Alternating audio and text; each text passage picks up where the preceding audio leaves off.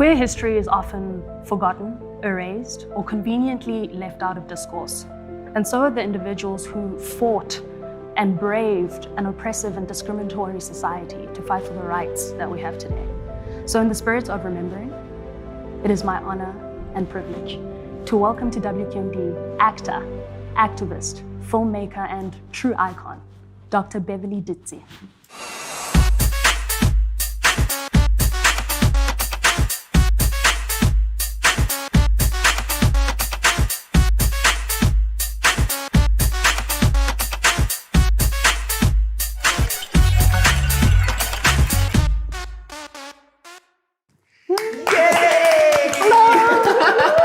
I'm so happy to be here. I'm so happy to have you. Oh my God. Finally to have you on the show. guys, This is a big moment for us. It's huge. It's huge. To be with my siblings. Yeah. Say it with me. We're queer, my dear.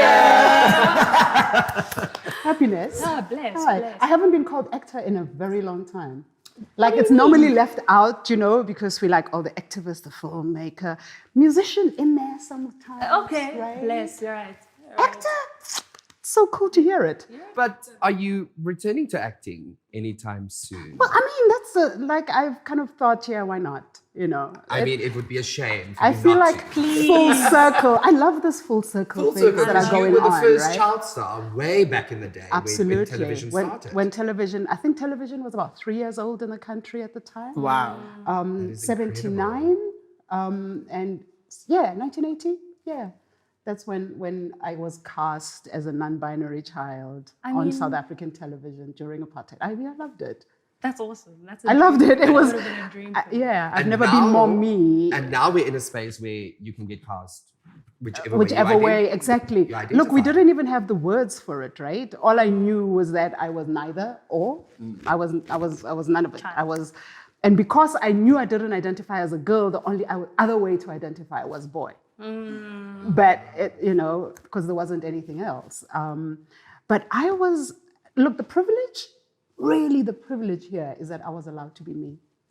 And I mean, Now, so at that time, did you know what you were doing? Because I feel like this might have been the start of what this icon was being created, who is Dr. No, to be honest with you, I was just being me. Okay. And I think there's just a force of personality. There are children with a force. Where you're it doesn't matter what you try to say to this kid or what they would try to force me into dresses and skirts. But it became very clear very quickly that I wasn't that child. Also, I was so boisterous. I would rip dresses. I would rip things. Okay. So it just became very clear that put that kid in corduroy pants and let them go play. Okay. You know what I mean? so I read somewhere that you had a big coming out party when you were 16. But when did you come out to your family? I came out at around 13, I think. And there was a lot of confusion because although, people don't understand the difference between gender identity, expression, and sexual orientation, right? Until this day, there's a very big confusion. People just assume that when you say I'm identifying as non-binary and you are 11, that means something that has to do with sexual orientation. It doesn't. I knew that I was neither girl nor boy, but at the same time, my folks already understood that I was more boy, and so they would then refer to me as a boy, and it was accepted. I was we were, to a very large degree, one of my most favoriteest moments was when my grandmother, church ladies came over and, already they knew that there were no twins because at one point people thought that there were twins. There was a girl and there was a boy. Wow. Because at home I was allowed to be a boy, but, in public church family gatherings, I was forced into a dress or a skirt. But this day, the church ladies are all there, and my grandmother says, that chair's broken, my boy will fix it. And the ladies are like, but there is no boy because I grew up in a maternal home. There is no boy. And my grand went, that's my boy. I have never felt so affirmed. I was so happy. That she even said that. I've never fixed a chair better in my life. It was the most awesomely fixed chair, And so I was already affirmed in terms of my gender identity and my expression. But then sexual orientation is a whole other thing. I was still expected to come out of being a tomboy to being cishet. And all of a sudden, I am not. And so the confusion grew because now not only is it gender, but it's also the sexual orientation that's becoming an issue. And so when I came across the words gay, was the happiest day of my life too, because then I knew, I got it. I was like, penny drop. So that means this is who I am. I'm like all the other people, you I know? want to find out something with you as well. So you're having this moment, you're 13 years old, we're not in the 2000s right now. You're 13 years old, you're coming out to your family. What does that moment look like? This is the 80s, right? Okay. Like the early 80s. Still a very suppressed 82, and 83. And so already there were all kinds of ideas. I think maybe that's also the thing, language. I like to talk about language. If we don't have a positive vocabulary to identify ourselves, if we don't claim our own words for ourselves, words that affirm us, we end up subscribing to and going along with all these negative stereotypes that we are, titled with and words. So my folks really, as far as they're concerned and as far as the rest of society is concerned, the minute you use words like gay, lesbian, LGBTI, you are anti-God, you are anti-tradition, you are anti-normative, you are anti-everything that's supposed to be. And so I was literally told that's bullshit. Can I say that? I was told that you can't, you're supposed to be normal. I was taken to sangomas and therapists like everybody else. I think a lot of us kind of went through that experience. And it's right? so relevant today. People still get sent to conversion therapy because to think there's something wrong with you. Absolutely. Meanwhile, I think that there's something wrong into forcing people into heteronormativity and heterosexism because we are not all the same. We cannot all be the same.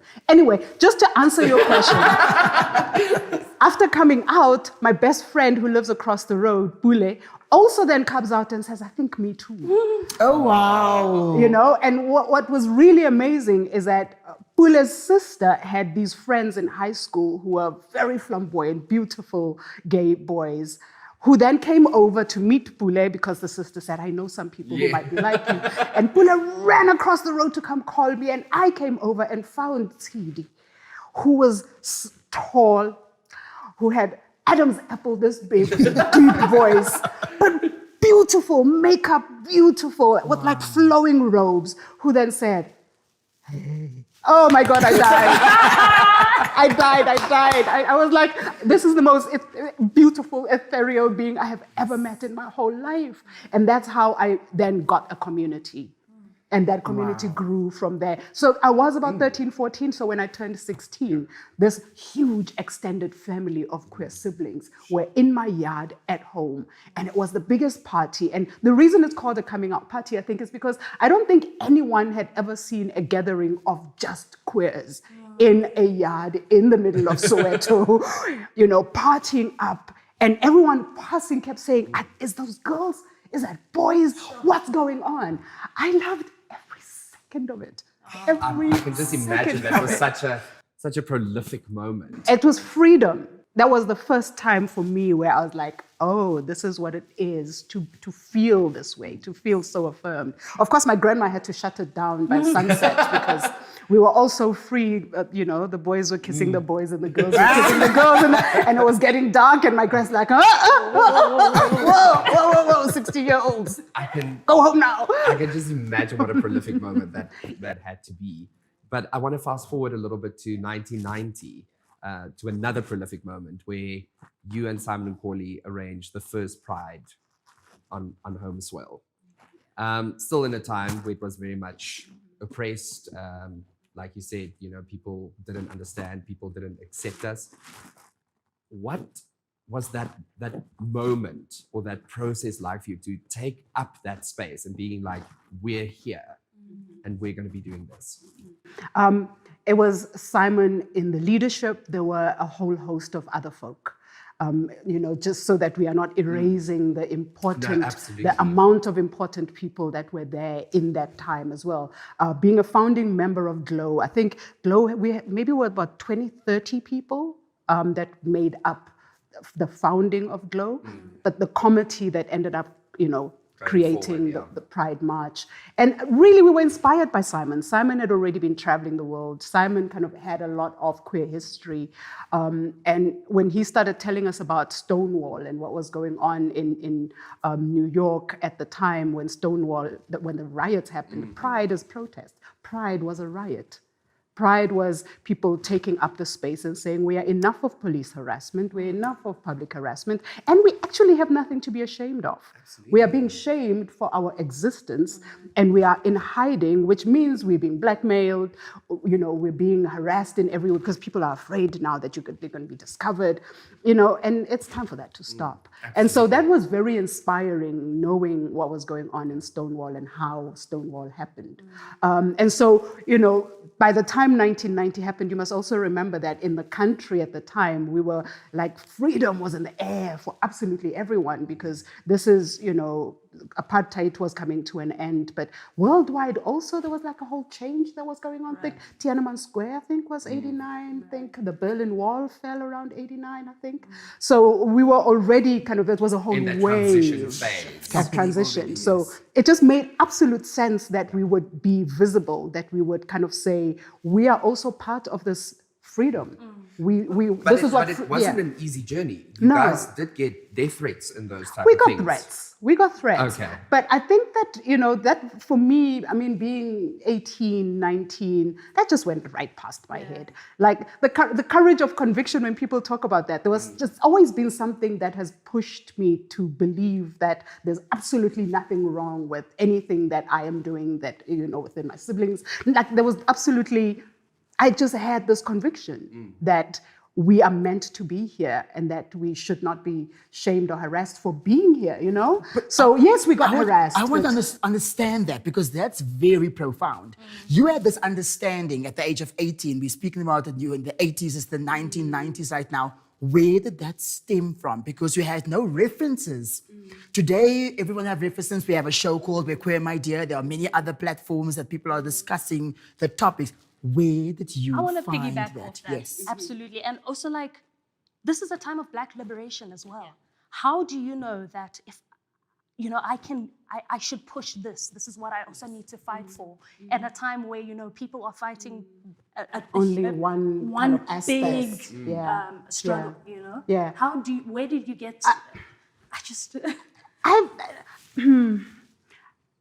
It's not that it's a difficult question, it's just it's an involved answer. And it's involved only because as a kid, I was aware of how I was being put into a box that I knew for sure I didn't fit in. And so I already knew that there was a fight. I also knew, just to answer you, I was affirmed.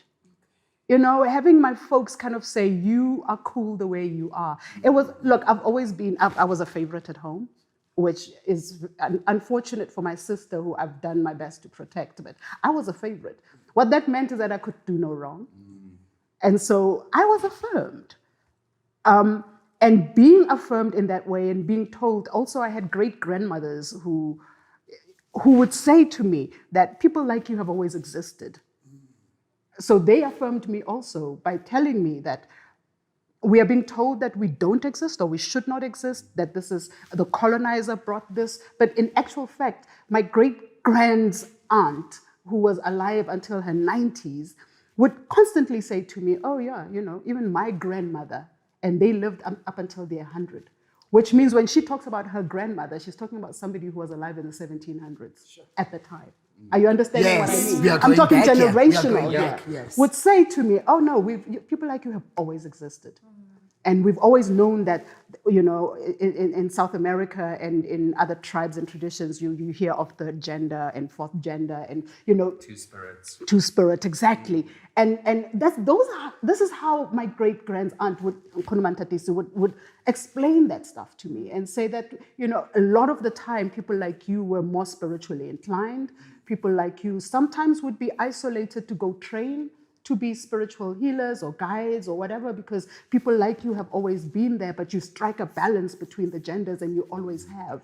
She said that. So that was some of the affirmation, So when I say I knew always known that we're meant to be here is because I understood already that I'm being forced into something that I am not. And I always fought to just be me, but I wasn't allowed to be me.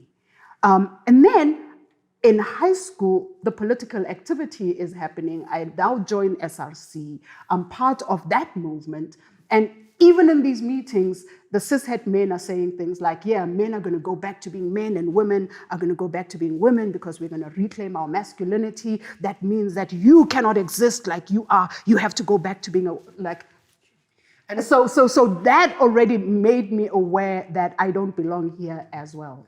And so when GLOW happened and when the queer movement happened, that became home because GLOW was an anti-racist, anti-sexist, was all-embracing organization and fighting against all the isms and all the injustices.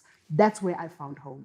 I just want to add on to you, especially now you're saying the men back in the day were like, boys should be boys, girls should be girls. We still have that today.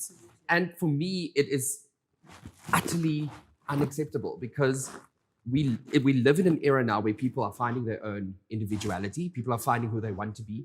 And for me now, for someone to come and tell me or tell people around me to be like, oh, you have to be a girl because you have the organs of a female, or you have to be a man, and it's not about not understanding it anymore. It now comes from a place of arrogance and ignorance. Yeah. And that patriarchy that's always been there, and it's still there. And it's slowly like surfacing constantly, and it's like a little battle that we continue to fight. And my thing is always just like, let people be who they want to be. The pushback is amazing. I think it's pushback, and it's a pushback that even the people who propagate it don't understand. Yes. They don't get it. They don't understand that there's a system in place that's there to oppress you. There's a system in place that's there to keep you in these binaries. And it keeps you there so that it can control you. And you break. We are the real revolutionaries here in that we can actually fuck the system. Yeah. No, absolutely. We are totally obliterating systems.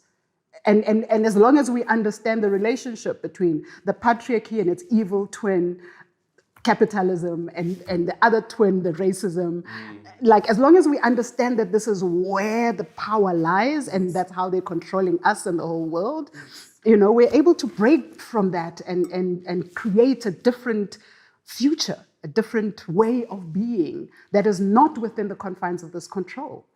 But sorry, Go ahead. I want to bring to light, and also in conclusion, in terms of what you've just put on this table right now, is the fact that the starting point is the family. Yes. It's the acceptance. It's the fact that at home you felt that was where the affirmation came from, that catapulted you into a ripple effect, joining GLOW, and now starting this movement that changes this country forever. And now we have pride. And now you are in this space, and this is where we are right now. Where to from there? What happens in this after the threats come in, after you are still saying, that goes over my head? Where are we going to now with this movement that's called Pride in South Africa today, that you are part of the starting point? What does that look like? I just want to add on to that, because as you mentioned, Pride comes from a place of protest. Do you still think that the prides that we have today carry those same values? It's unfortunate, that we are where we are. And for me, the divergent happened. Race is at the center of it. Privilege is at the center of it, and I don't think we can run away from that. Look, we knew that visibility and being out in the open would shift people's perspectives and ideas about who we are. I think I personally, all of us are constantly coming across people who say, I don't understand. And so by our very existence, we are educating. But then sometimes we have to use words to educate. And we knew that a constitution was being drafted. We knew that it did not make sense for us to not fight or try to be included in the Bill of Rights. And Simon Nkoli, having been a political activist, already knew and understood that he was sitting with some of the leaders, people who are now leaders, people, some of whom are no longer leaders, but you know what I mean. But he was sitting with those people, and he was able to also convince them that, you know, of our humanity and the fact that we deserve to be in the Bill of Rights. And so that was the goal. The goal was a visibility campaign that would change people's attitudes towards us, but also to legislatively make sure that we are protected. And the word protected came That we in are strong absolutely. to be there as well. Now, Yes, and so that was really the main point. And I think after 96, after the adoption of the Constitution, where we are then mentioned, where sexual orientation is mentioned in the Bill of Rights, I think it's not just the queer movement. I think the rest of the country kind of went, because now we're free, right? Yes. And We now can't be ignored. what's the new vision now? That is where the rub lies.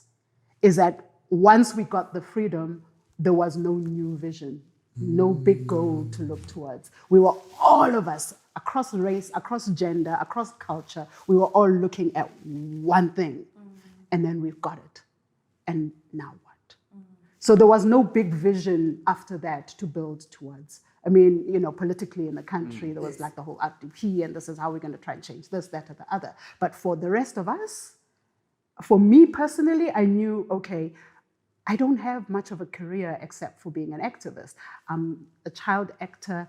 I'm a wannabe musician. I knew that I had to go back to my loves. So slowly I started going back into TV as a director and kind of going behind the scenes and all of that, right? But at the same time, you looked at the country and I started feeling like a gap was happening. There was like a whole vacuum that was left, because even when Glow folded after the mid-90s, it was because we lacked a bigger vision. We didn't know where we were going. And so when Pride was taken over by different corporates and different people, they took over from a place of not knowing the roots and not even sometimes caring about where we come from. And I think that's the big thing. I think we've talked about this off camera. The whole sense of pride for me has gone missing. It's become like you say, a very big corporate-driven It's corporate. event. It's a party that has very little to do with what values. was actually started. Exactly. I wanna move towards the end of this episode, and I want to ask you, Tina, you have a question? I do. Before every episode, I speak to my girlfriend. I tell her who we're going to have on WQMD. And I always ask her, like, what would you ask, you know, so-and-so. And I said, what's the one question you want to ask Bev? And she said, what is the role of love in your revolutionary politics? And then I was like, I mean, Snaps. so if you wouldn't mind. Well, What is the role of love in your revolution? Love is at the center of every revolution. That's the core of a revolution, isn't it? The love of self, the love of your people. I'm a big follower of, you know, Biko consciousness, which obviously all the other revolutionaries kind of, you know, step in there. When Che Guevara said, you know, I'm a romantic, you know, when all the other revolutionaries say the same thing.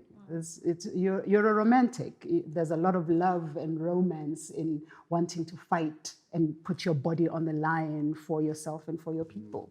Love is at the center. And because I'm also somebody, I'm deeply spiritual.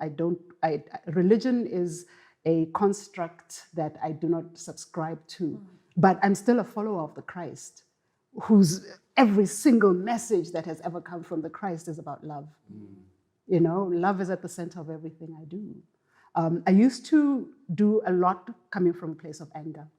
And you could see it in my rah-rah, whenever I took podiums and whenever I did interviews, I'd come from a place of deep-seated anger.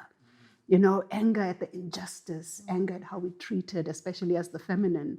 The feminine is being denigrated, and we know what that means, you know, that, you know, the masculinity is being threatened. I got that. And so I would always be coming from a place of anger. But anger burns us. Anger burns you who holds it more than it does. Like, people don't care. They don't give a fuck. And here I am walking around burning and dying and getting acid reflux, and, and getting migraines, and all because you're walking around in a ball of anger. I got to a place where I knew I had to put that down and go back to where this began in the first place, which is a place of love. Love replenishes. Love, you grow with love. Love restores. And so now I come from a place of love for my people. I don't even care about them anymore. I think that's why, when we're workshopping the Bev Ditsie Foundation, which we established last year and just registered, we are about us, about positive images of us, about fighting, yes, against all the negativity that's going on in the media, but really we want to make stories for us about us. We want to encourage us to show each other and ourselves, because when we reflect back, when we reflect each other from a place of love, then we heal. Absolutely. And so great question, and thank you for the question, because yes, everything I do is now coming from a place of love for me and love for us. You are such an inspirational individual, and I'm just going to say it as it is. Like, I don't think we'd be sitting here having these conversations if it weren't for your bravery back in the day that has led us to this point.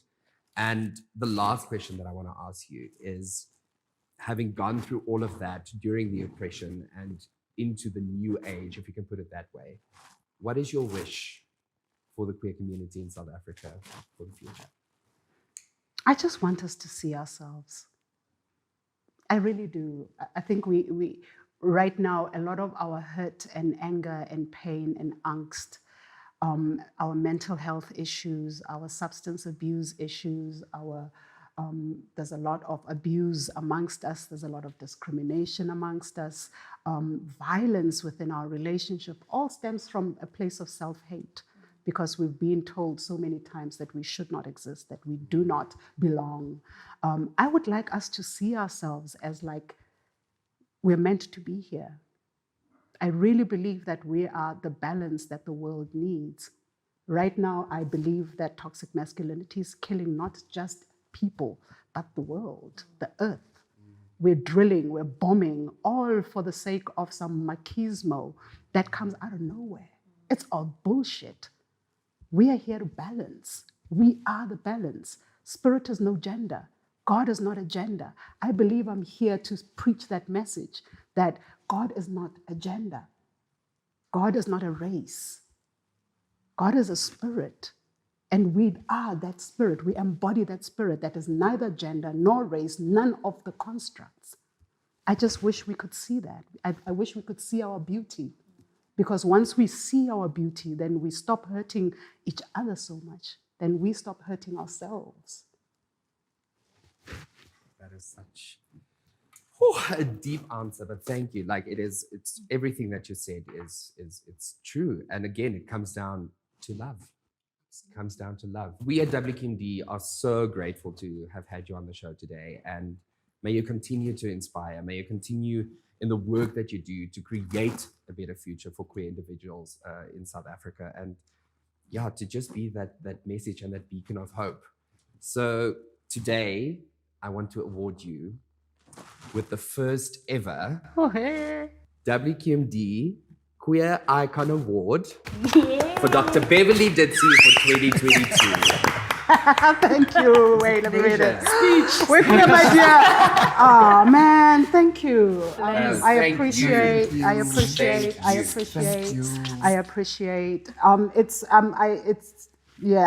It's taken a long time for me to accept awards and acknowledgement. But it is so well But deserved. I appreciate. I receive. I receive the love. Thank you. Thank you.